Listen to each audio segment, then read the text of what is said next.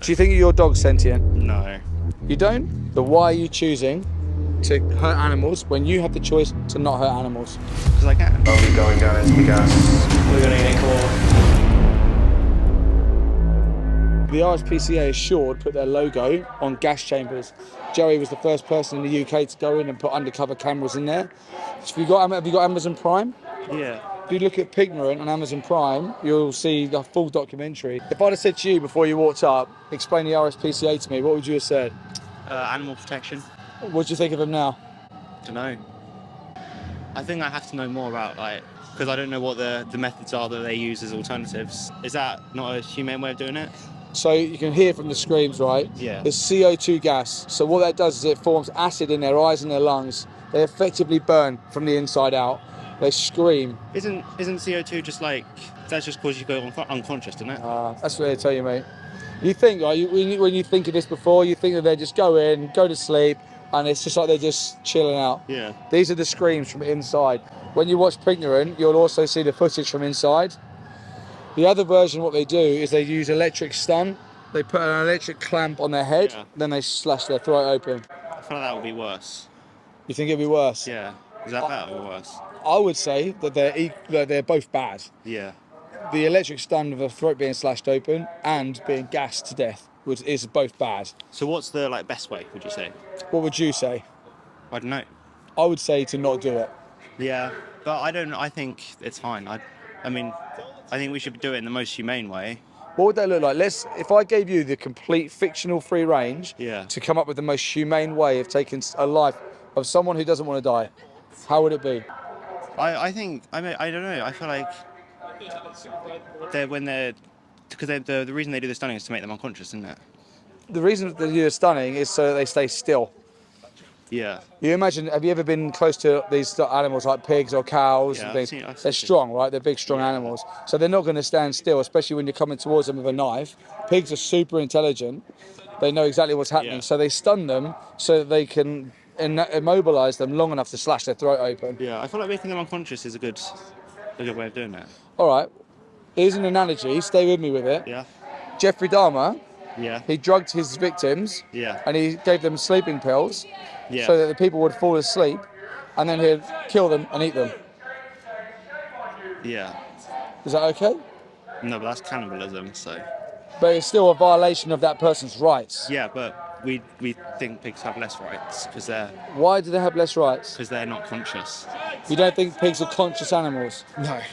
So you don't think that they're experiencing their own world, they haven't got emotions, feelings, they don't make decisions? I don't think they're aware of their own identity.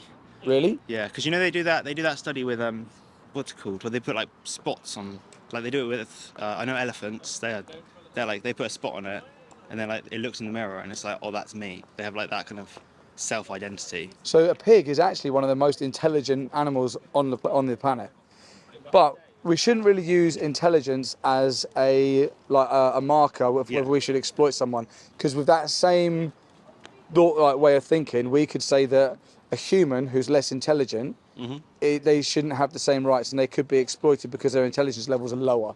Yeah. So we shouldn't use intelligence as a justification for exploitation. Do you think that animals are sentient? No.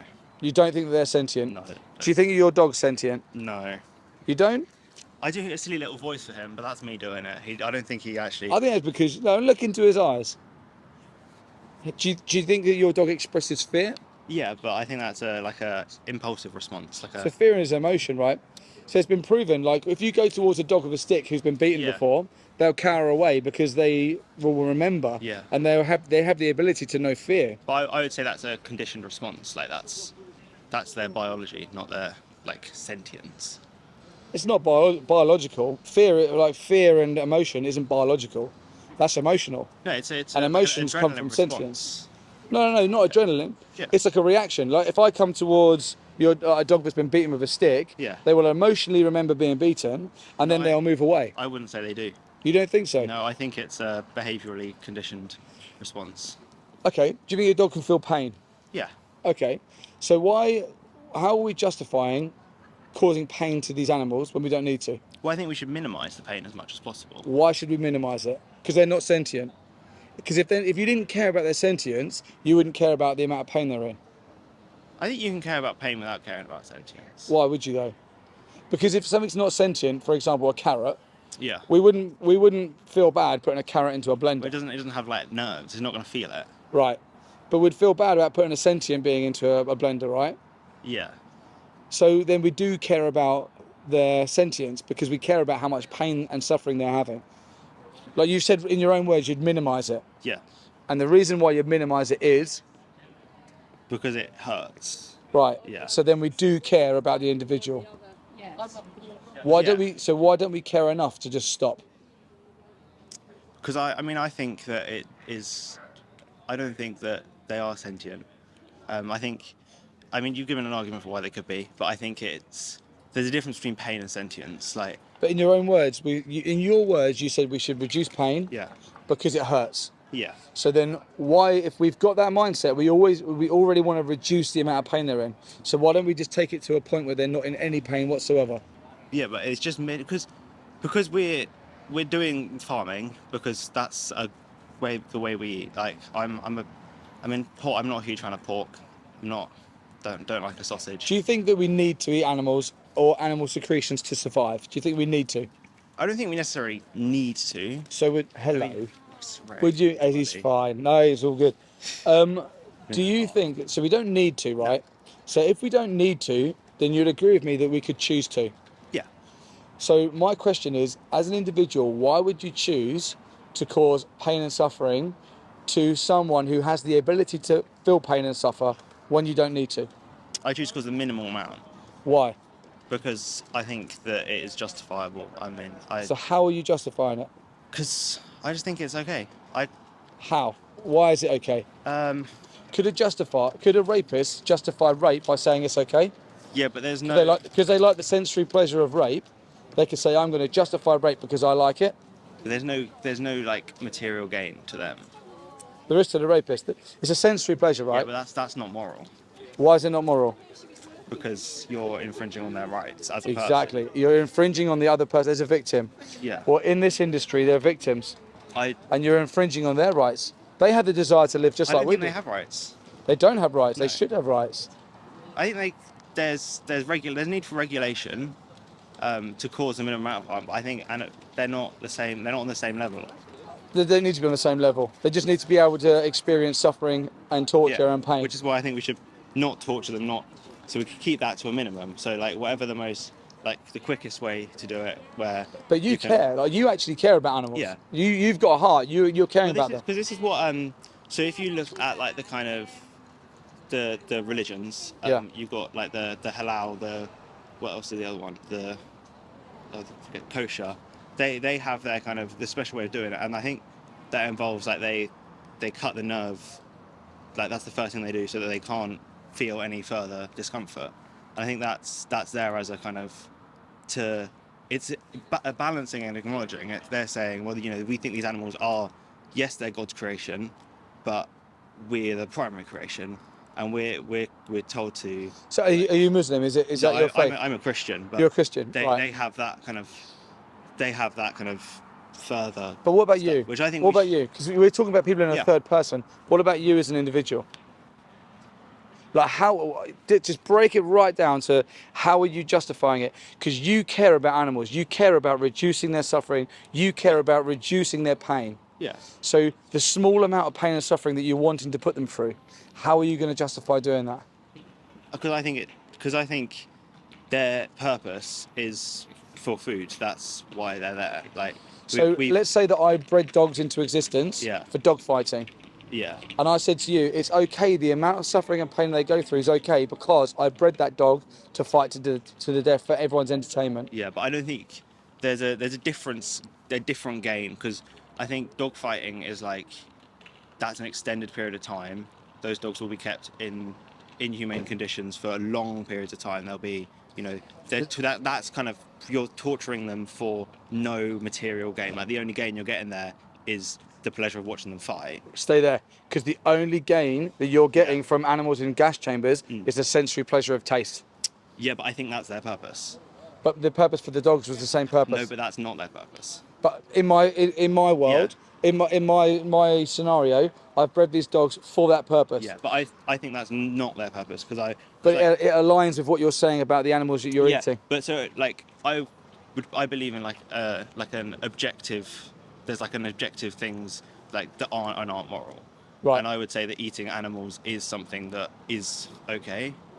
I But think that, how are you justifying it? You're just saying it's okay, but you're not saying it's okay because. yeah. Well, You're not giving me the because. okay. Why is it okay? Well, Let me just, what I presume, right? yeah. My take from talking to you, I think you're a really nice guy. I think you really do care about animals. You got a really amazing dog. I think that you're trying to justify this because change is awkward and you like the taste of animals. And you're not quite sure how you can get around that. Because I think each time we come to the conclusion of we could actually reduce the suffering even further, Yeah. we're trying to find a way to continue it when we could just say, you know what, yeah, you're right. I can get my sensory pleasure, my taste pleasure from somewhere else. But then I think that the animal's purpose is to do that, and as a Christian, I would say that we're kind of given kind of custody and the responsibility to steward creation. So we've got dominion, basically, right, over the animals. We have, but there's that element of stewardship. It's like the same thing with the kind of climate issue. It's like, yes, we kind of have authority in that, but that authority is to protect and minimize. Right. And so why would we have? I would say that we are given the animals, and we do have their purpose is to be cultivated and bred and farmed, and that's their purpose, but it should be done in a humane way because we have that obligation of stewardship. Where This is the thing, right? We call it humane. We put humane in front of slaughter, and then it's like it's okay. We humanely slaughter animals. If we put humane in front of any other injustice, it wouldn't work. If we said we're going to humanely rape somebody, if we're going to humanely wife beat, but I'd say those things are immoral, but eating animals isn't. But all of them things are immoral because there's a victim. And when you come to eating animals, there's also a victim. Let's go on from a religious point of view, okay? Sure. Christian. Yeah. Garden of Eden Yeah. was vegan. God's perfect creation was vegan. I shall give Genesis 1:20. I will give you every seed and fruit-bearing tree, for this shall be your food. Yeah. If you put Jesus into any slaughterhouse, do you think he'd go, "Yep, this all looks good. This is good. Keep going, guys"? No. What would Jesus say in a slaughterhouse? So what I'm saying is that I think the way we're doing it is not the best way. How would Jesus kill his animals to eat them? Well, he was a Jew, so he would have had it kosher. So how would he have done it? I don't know how they did that. So Let me give you a scenario. You got Jesus yeah. with a chicken and an apple. What would Jesus do? Would he eat the apple and pet the chicken, or would he kill the chicken and pet the apple? He might eat the. I think he'd eat the chicken. Do you think Jesus would eat the chicken? Yeah. How would Jesus kill the chicken? However they do it, whatever the kosher way is. So if Jesus would kill the chicken, what would the devil do? Torture the chicken. He would torture the chicken. Yeah. And Jesus wouldn't be torturing the chicken by killing them? No. No? No. You definitely want to stick on that point that Jesus would kill a chicken. I think he would. What about your 10 Commandments? Thou shalt not kill.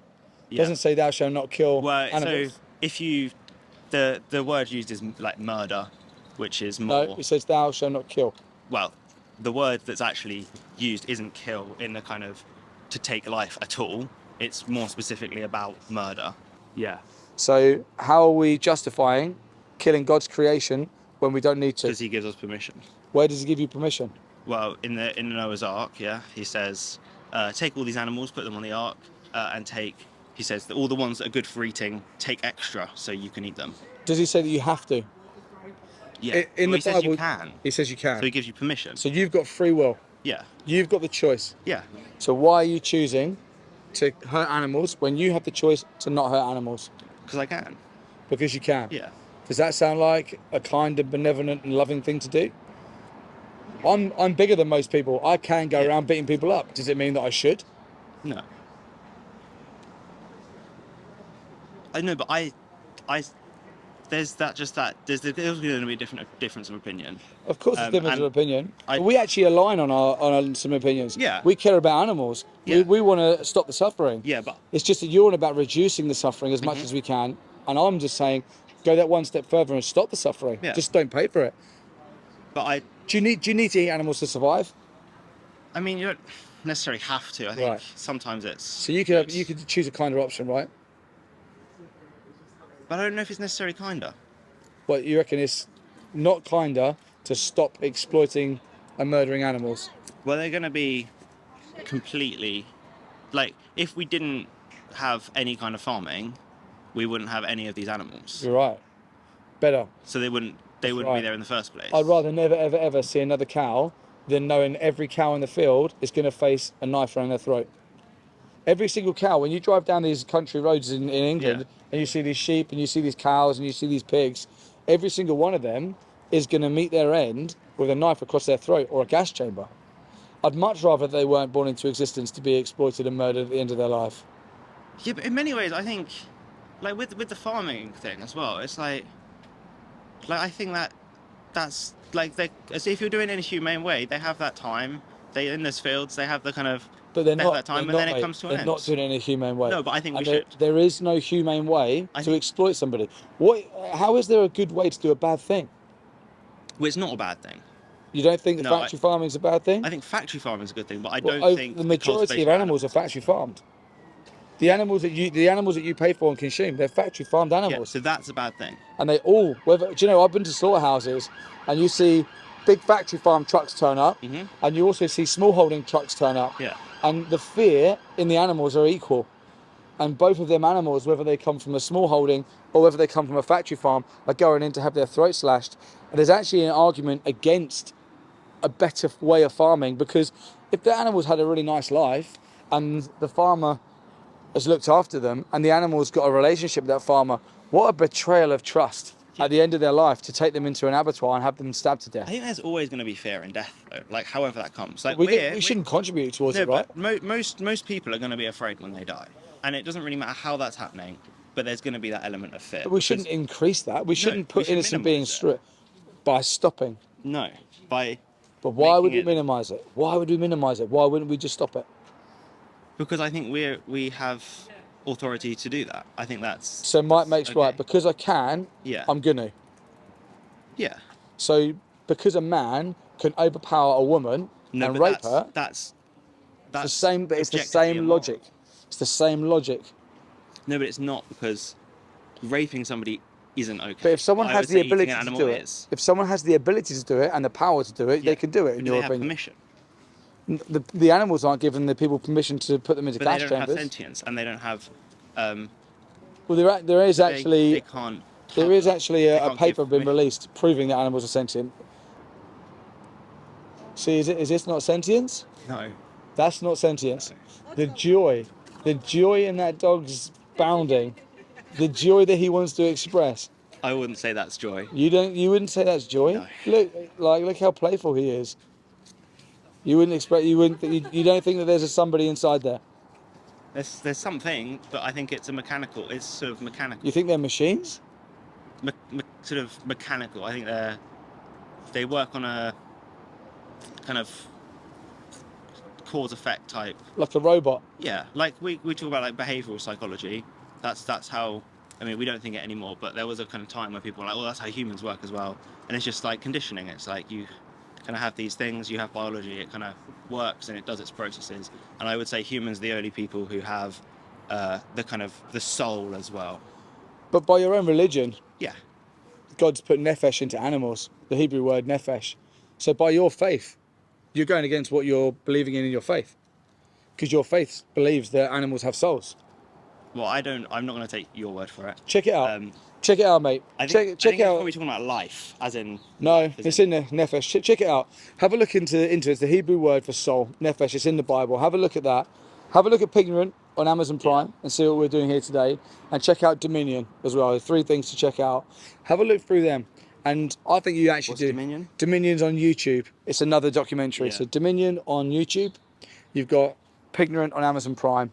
And then check out the word nefesh in the Bible. And it will explain to you about animals and souls. I'll do a bit of study on that. All right, mate. Thanks for talking to me, mate. Have a good day. It's good to talk to you. All right, mate. See you later on. I'll be going down into the gas. We're going to get a call.